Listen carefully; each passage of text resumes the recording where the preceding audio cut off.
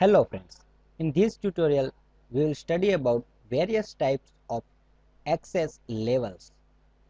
There are various types of access level like public, private, protected, internal and protected internal. Each access level have special meaning and special use. For example, when we give public variable, then that variable will be accessed from anywhere program. Now we know about inheritance and we have code of previous example of inheritance. So we will utilize that program. We have already seen about public access specifier. If we don't give public access specifier, then we can't use objects or method or variables outside of that class. When we declare any method with private, then it will available to only that class. We can't access outside of class private methods.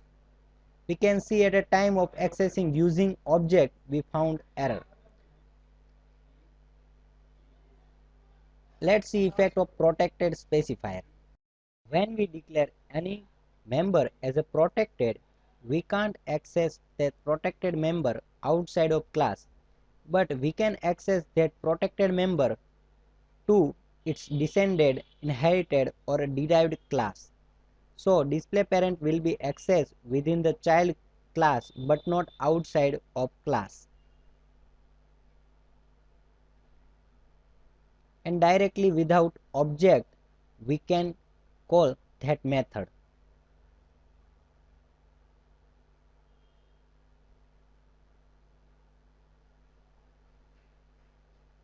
Here we can't access display parent, so we have commented it.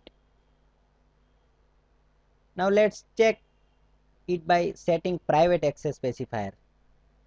When we set private, this parent.display parent is not accessible.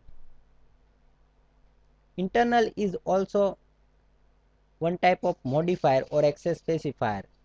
When we give internal member will be accessible throughout the program but only to assembly, not outside of assembly.